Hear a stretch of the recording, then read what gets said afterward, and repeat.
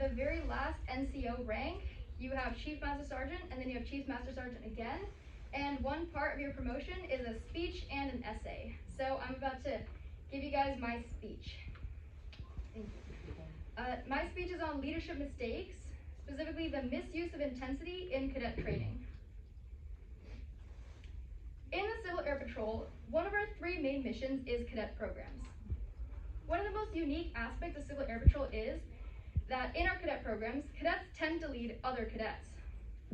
This is important to note because adults tend to hold authority over youths naturally just by existing, their maturity, but cadets need to instill their authority in their trainees, often other cadets, whether or not they are high ranking.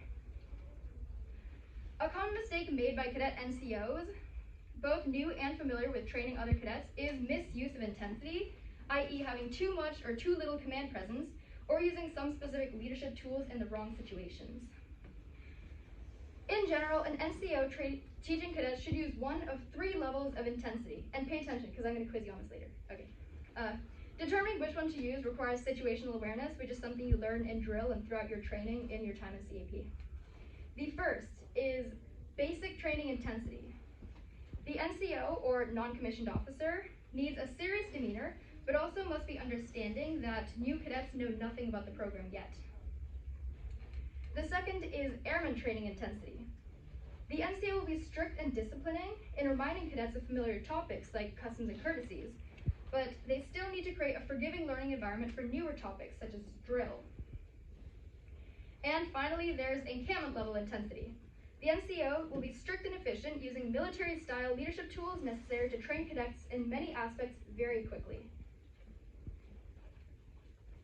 It can be argued that the intensity with which most CAP skills are taught does not matter because the content and the thoroughness of the lesson matters more, and that is true.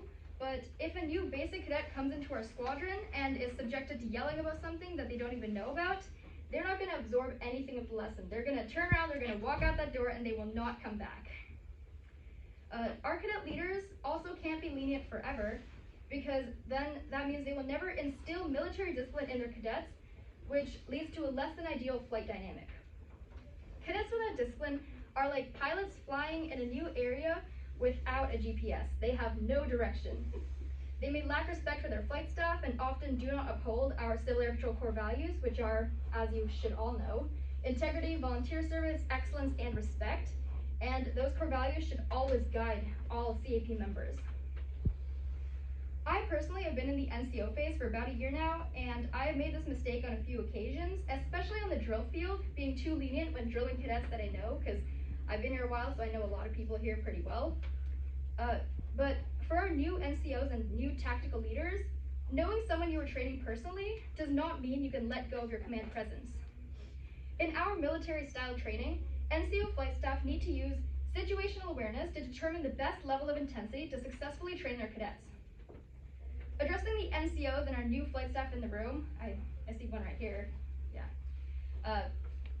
Your one main mission is to train your flight, and you cannot achieve that without instilling your authority using the proper levels of intensity. Thank you.